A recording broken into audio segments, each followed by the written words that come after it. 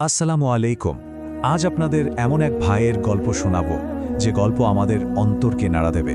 এটা শুধু একটা কাহিনী নয়, এটা হলো সংগ্রাম, বিশ্বাস আর আল্লাহর উপর ভরসার এক জীবন্ত ছবি। এই গল্পটা হয়তো আমাদের নিজেদের জীবনের দিকে নতুন করে তাকাতে শেখাবে। ভাবুন তো একবার, আরবের সেই প্রাচীন শহর দামেস্কের কথা। কি সুন্দর ছিল সেই শহর। সেখানেই থাকতো দুই ভাই, সালিম আর রশিদ। ছোট থাকতেই তাদের বাবা মারা যান, তারা এতিম হয়ে যায়। আর ঠিক তখন থেকেই তাদের দুজনের জন্য শুরু হয় জীবনের এক কঠিন পরীক্ষা। বাবার মৃত্যুর পর বড় ভাই সালিমের কাঁধে সংসারের সব দায়িত্ব এসে পড়ে। সে মনে প্রাণে বিশ্বাস করত রিজিক আসে কঠোর পরিশ্রম থেকে। সে ভাবত কাজ না করলে কিছুই হবে না। আর অন্যদিকে ছোট ভাই রশিদ ছিল একদম অন্যরকম। তার মনে ছিল আল্লাহর উপর গভীর এক বিশ্বাস। সে ভাবত যিনি আমাকে সৃষ্টি করেছেন তিনিই আমার রিজিকের ব্যবস্থা করবেন। দুজনের পথ, দুজনের ভাবনা ছিল একেবারে আলাদা। একদিন কি হলো শুনুন। রশিদ শহরের এক বড় আলিমের কথা শুনছিল। তিনি বলছিলেন, পাখিরা যখন সকালে বাসা থেকে বের হয় তাদের পেট খালি থাকে, কিন্তু সন্ধ্যায় যখন ফেরে তাদের পেট ভরা থাকে। আল্লাহই তাদের রিজিক দেন। এই কথাগুলো রশিদের মনের ভেতরে যেন একটা আলো জ্বালিয়ে দিল। আল্লাহর ওপর তার ভরসা আরও অনেক বেড়ে গেল। আর দেখুন, আল্লাহর পরিকল্পনা কতই না সুন্দর। কিছুদিন পরেই শহরের বাদশাহ তার ছেলের জন্য একজন শিক্ষক খুঁজছিলেন।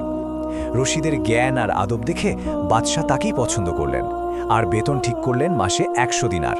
সুবহান আল্লাহ! কোথায় তার ভাই সালিম দিন রাত খেটে মাত্র 10 দিনার পেত, আর কোথায় রশিদ পেল 100 দিনার। এই ঘটনাটা সালিমের মনে একটা ঝড় বইয়ে দিল।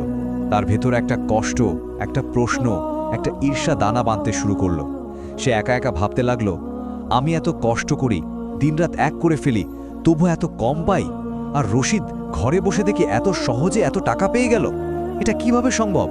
সালিম আসলে তাওয়াক্কুলের মানেটাই বুঝতে পারল না। সে ভাবল আল্লাহর উপর ভরসা করা মানে হলো হাত পা গুটিয়ে বসে থাকা। এই ভুল ধারণা থেকে সে তার কাজটাই ছেড়ে দিল, আর ঘরে বসে রিজিকের জন্য অপেক্ষা করতে লাগল। কিন্তু দিন যায়, সপ্তাহ যায়, তার ঘরে কোনো খাবার আসে না। সে লজ্জা আর ক্ষুধায় একেবারে ভেঙে পড়ল। একদিন মসজিদে এক বৃদ্ধ মানুষ দেখলেন সালিম এক কোণায় বসে কাঁদছে। তিনি কাছে এসে সবটা শুনলেন, তারপর মুচকি হেসে বললেন, বাবা, তাওয়াক্কুলের মানে তো অলস হয়ে বসে থাকা নয়। আমাদের নবীজি সাল্লাল্লাহু আলাইহি ওয়াসাল্লাম কি শিখিয়েছেন? তিনি বলেছেন, আগে উট বাঁধো, তারপর আল্লাহর উপর ভরসা করো। মানে হলো তোমাকে তোমার চেষ্টাটা করতে হবে, আর ফলাফলের জন্য আল্লাহর উপর ভরসা রাখতে হবে। সেই বৃদ্ধের কথায় সালিমের যেন চোখ খুলে গেল। সে আবার নতুন করে কাজে নামল, আর সাথে সাথে নামাজ পড়ে আল্লাহর কাছে সাহায্য চাইতে লাগল। আল্লাহ তার জীবনে বরকত দিলেন। অল্প দিনেই সে অনেক উন্নতি করল, এক বড় ব্যবসায়ীর অংশীদার হয়ে গেল। কিন্তু হায়, সম্পদের সাথে সাথে তার মনে চুপিসারে ঢুকে পড়ল অহংকার। সে ভাবতে শুরু করল, এসব কিছু আমার নিজের যোগ্যতায় হয়েছে। ঠিক সেই সময়েই শহর জুড়ে এক ভয়াবহ দুর্ভিক্ষ দেখা দিল। মানুষ খাবারের জন্য হাহাকার করছে। আর সালেম কি করলো জানেন? সে অতিরিক্ত লাভের আশায় সব খাদ্যশস্য তার গুদামে জমা করতে শুরু করলো।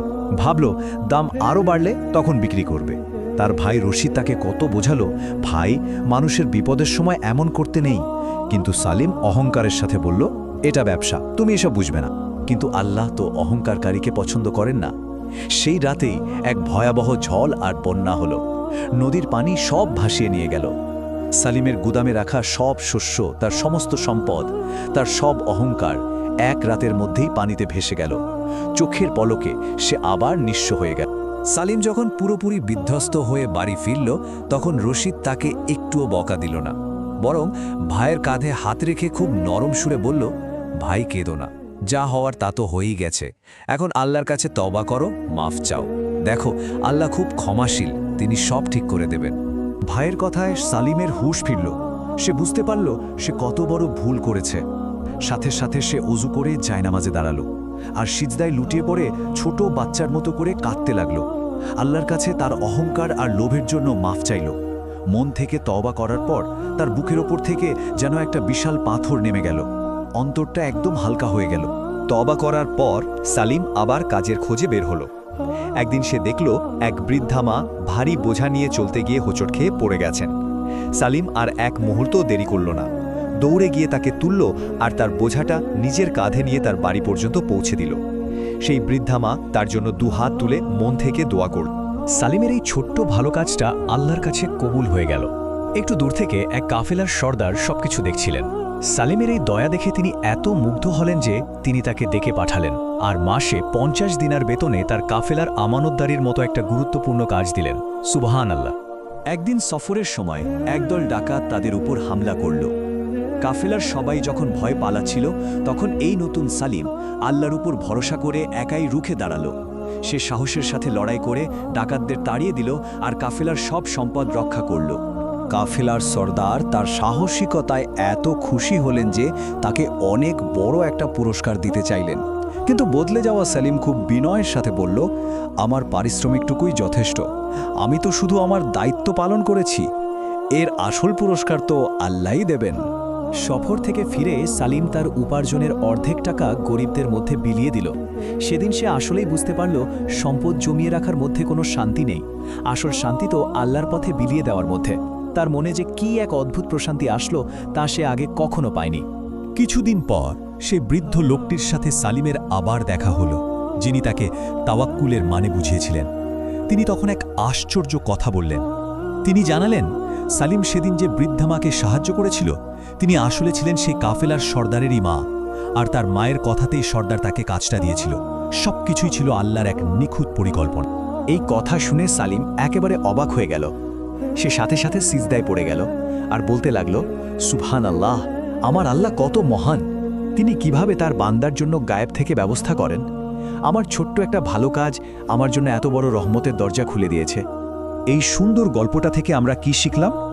আমরা শিখলাম রিজিকের মালিক একমাত্র আল্লাহ, কিন্তু হালাল রিজিকের জন্য আমাদের চেষ্টা করে যেতে হবে। অহংকার আর লোভ আমাদের ধ্বংস করে দেয়, আর আল্লাহর শুকরিয়া আদায় করলে আর গরিবদের সাহায্য করলে আল্লাহ আমাদের জীবনে বরকত দেন। আসুন আমরা সবাই একটু ভাবি, আমাদের জীবনে যখন কোনো বিপদ আসে, কোনো পরীক্ষা আসে, আমরা কত সহজেই না হতাশ হয়ে যাই। কিন্তু হতে পারে এই পরীক্ষাগুলোই আমাদের অহংকার ভেঙে দিয়ে আমাদেরকে আল্লাহর আরও কাছে নিয়ে যাওয়ার জন্য একটা সুযোগ। আল্লাহ যেন আমাদের সবাইকে তার পথে চলার তৌফিক দেন। আমিন।